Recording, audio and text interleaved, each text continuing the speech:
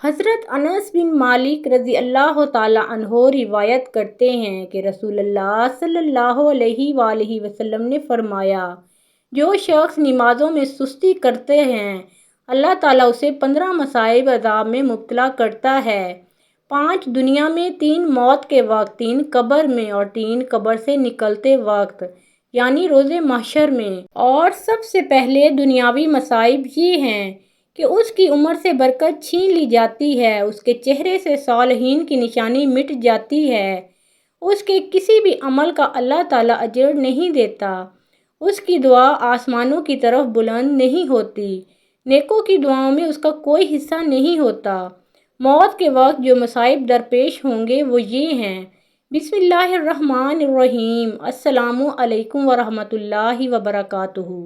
محترم ناظرین، حضرت انس بن مالک رضی اللہ تعالیٰ عنہ سے روایت کرتے ہیں کہ رسول اللہ صلی اللہ علیہ وآلہ وسلم نے فرمایا، اللہ تعالیٰ نے دین کی جس چیز کو سب سے پہلے لوگوں پر فرض کیا وہ نماز ہے، اور جو چیز سب سے آخر میں باقی رہے گی وہ بھی نماز ہے، اور سب سے پہلے جس چیز کا حساب لیا جائے گا وہ نماز ہے۔ اللہ تعالیٰ فرمائے گا، میرے بندوں کی نمازوں کو دیکھو، اگر وہ مکمل ہوں تو مکمل لکھ دی جائیں گی، اور اگر وہ ناقص ہوں تو اللہ تعالیٰ فرمائے گا، دیکھو اس کے نوافل ہیں، اگر اس کے نوافل ہوں گے تو فرائض کی کمی نوافل سے پوری کر دی جائے گی۔ پھر اللہ تعالیٰ فرمائے گا، دیکھو اس کی زکوٰۃ پوری ہے، اگر زکوٰۃ پوری ہو تو پوری لکھ دی جائے گی، اور اگر ناقص ہو تو اللہ تعالیٰ فرمائے گا، دیکھو اس نے کوئی صدقہ کیا ہے، اگر اس نے صدقہ کیا ہوگا تو اس صدقے سے اس کی زکوٰۃ پوری کر دی جائے گی۔ امام طبرانی نے حضرت انس رضی اللہ تعالیٰ عنہ سے روایت کیا ہے کہ نبی کریم صلی اللہ علیہ وآلہ وسلم نے فرمایا، قیامت کے دن جس چیز کا سب سے پہلے بندے سے حساب لیا جائے گا وہ نماز ہے، اگر نماز درست ہو تو باقی عمل بھی درست ہوں گے، اور اگر نماز فاسد ہو تو باقی عمل بھی فاسد ہوں گے۔ امام طبرانی حضرت عبداللہ بن عمر رضی اللہ تعالیٰ عنہما سے روایت کرتے ہیں کہ رسول خدا صلی اللہ علیہ وآلہ وسلم نے فرمایا، جو شخص ایماندار نہ ہو اس کا کوئی ایمان نہیں، جس کا وضو نہ ہو اس کی کوئی نماز نہیں، اور جس کی نماز نہ ہو اس کا کوئی دین نہیں۔ دین میں نماز ایسی ہے جیسے جسم میں سر ہے۔ حضرت ابو ہریرہ رضی اللہ تعالیٰ عنہ سے روایت کرتے ہیں کہ رسول خدا صلی اللہ علیہ وآلہ وسلم نے فرمایا، جس کی نماز نہ ہو اس کا اسلام میں کوئی حصہ نہیں۔ امام طبرانی حضرت عائشہ رضی اللہ تعالیٰ عنہا سے روایت کرتے ہیں کہ رسول اکرم نور مجسم صلی اللہ علیہ وآلہ وسلم نے فرمایا، قیامت کے دن جو شخص 5 نمازیں لے کر آیا جن کے وضو، ان کے اوقات اور ان کے رکوع اور سجود کی اس نے حفاظت کی ہوئی ہو، اس شخص کے ساتھ اللہ کا عہد ہے کہ اس کو عذاب نہیں دے گا، اور جس نے ان میں سے کسی چیز میں کمی کی اس کے ساتھ اللہ کا کوئی عہد نہیں ہے، اگر اللہ چاہے تو اس پر رحم فرمائے اور چاہے تو اس کو عذاب دے۔ امام طبرانی حضرت انس رضی اللہ تعالیٰ عنہ سے روایت کرتے ہیں کہ نبی اکرم صلی اللہ علیہ وآلہ وسلم نے فرمایا، جس نے 3 چیزوں کی حفاظت کی وہ یقیناً اللہ کا ولی ہے، اور جس نے ان کو ضائع کیا وہ یقیناً اللہ کا دشمن ہے۔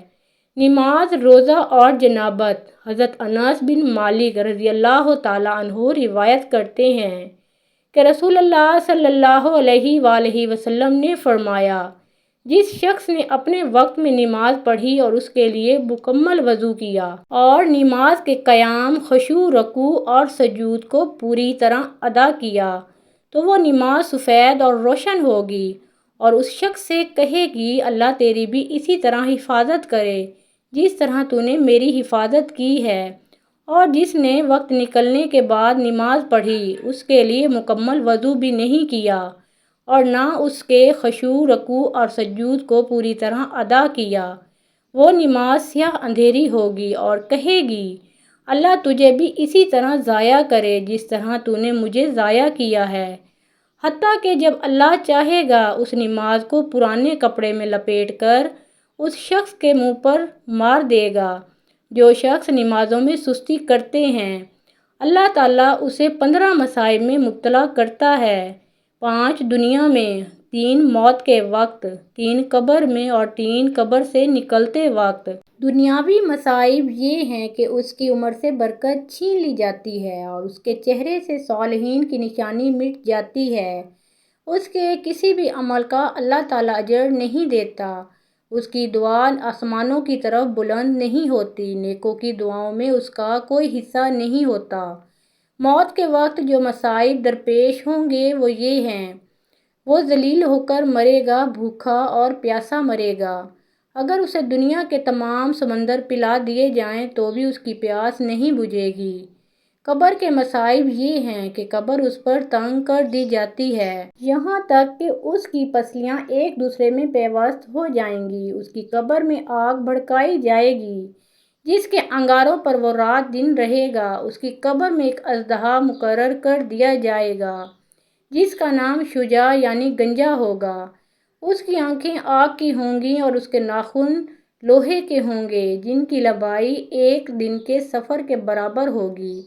وہ کڑک دار جیسی آواز میں میت سے ہم کلام ہوگا اور کہے گا، میں گنجا اژدہا ہوں، میرے رب نے حکم دیا ہے کہ میں تجھے نمازوں کو ضائع کرنے کے بدلے صبح سے لے کر شام تک ڈستا رہوں۔ صبح کی نماز کے لیے سورج نکلنے تک، نماز ظہر کے ضائع کرنے پر تجھے ظہر سے عصر تک، عصر کی نماز ضائع کرنے کے لیے مغرب تک، مغرب کی نماز کے ضائع کرنے پر عشاء اور نماز عشاء کے ضائع کرنے کی وجہ سے تجھے صبح تک ڈستا رہوں گا، اور جب وہ اسے ڈسے گا تو وہ 70 ہاتھ زمین میں دھنس جائے گا اور قیامت تک اسی طرح اس کو عذاب ہوتا رہے گا۔ اور جو مصائب اسے قبر سے نکلتے ہوئے حشر کے میدان میں جھیلنے ہوں گے وہ یہ ہیں، سخت عذاب رب تعالیٰ کی ناراضگی اور جہنم میں داخلہ۔ حدیث شریف امام بخاری، امام مسلم اور امام نسائی حضرت ابو ایوب انصاری رضی اللہ تعالیٰ عنہ سے روایت کرتے ہیں کہ ایک شخص نے نبی پاک صلی اللہ علیہ وآلہ وسلم کے پاس آ کر عرض کیا، مجھے کوئی ایسا عمل بتائیے جو مجھے جنت کے قریب اور دوزخ سے دور کر دے۔ تو آپ صلی اللہ علیہ وآلہ وسلم نے فرمایا، اللہ کی عبادت کرو اور اس کے ساتھ شریک نہ کرو، نماز قائم کرو اور زکوٰۃ ادا کرو اور رشتہ داروں سے نیک سلوک کرو۔ جب وہ شخص چلا گیا تو آپ صلی اللہ علیہ وآلہ وسلم نے فرمایا، اگر اس شخص نے اس پر عمل کیا تو جنت میں داخل ہو جائے گا۔ حدیث شریف حضرت علاوہ بن عبد الرحمن رضی اللہ تعالیٰ عنہ بیان کرتے ہیں کہ وہ بصرہ میں حضرت انس بن مالک رضی اللہ تعالیٰ عنہ کے گھر گئے۔ جب وہ ظہر کی نماز پڑھ کر فارغ ہو گئے تھے، ان کا گھر مسجد کے ساتھ تھا۔ جب ہم ان کے پاس پہنچے تو انہوں نے پوچھا، کیا تم نے عصر کی نماز پڑھ لی ہے؟ ہم نے کہا، ابھی ظہر کی نماز پڑھ کر فارغ ہوئے ہیں۔ انہوں نے کہا، عصر کی نماز پڑھو۔ ہم نے کھڑے ہو کر نماز پڑھی۔ جب ہم فارغ ہوئے تو حضرت انس رضی اللہ تعالیٰ عنہ نے کہا، میں نے رسول پاک صلی اللہ علیہ وآلہ وسلم کو یہ فرماتے ہوئے سنا ہے، اتنی تاخیر کرنا منافق کی نماز ہے۔ وہ بیٹھ کر سورج کو دیکھتا رہتا ہے، حتیٰ کہ جس وقت سورج 2 سینگوں کے درمیان ہوتا ہے تو کھڑے ہو کر 4 ٹھونکے مارتا ہے اور اس میں اللہ تعالیٰ کا ذکر کم کرتا ہے۔ حدیث شریف حضرت معاذ بن جبل رضی اللہ تعالیٰ عنہ بیان کرتے ہیں کہ میں نبی پاک صلی اللہ علیہ وآلہ وسلم کے ساتھ ایک سفر میں تھا۔ میں سفر کرتے ہوئے آپ صلی اللہ علیہ وآلہ وسلم کے بہت قریب ہو گیا۔ میں نے عرض کیا، یا رسول اللہ صلی اللہ علیہ وآلہ وسلم، مجھے کوئی ایسا عمل بتائیے جو مجھے جنت میں داخل کر دے اور مجھ کو دوزخ سے دور کر دے۔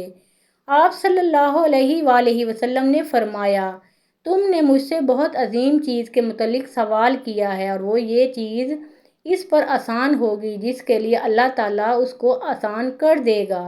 تم اللہ تعالیٰ کی عبادت کرو اور اس کے ساتھ کسی کو شریک نہ بناؤ، اور نماز قائم رکھو اور زکوٰۃ ادا کرتے رہو، اور رمضان کے روزے رکھو اور بیت اللہ کا حج کرو۔ پھر فرمایا، کیا میں تم کو خیر کے دروازوں کی رہنمائی نہ کروں؟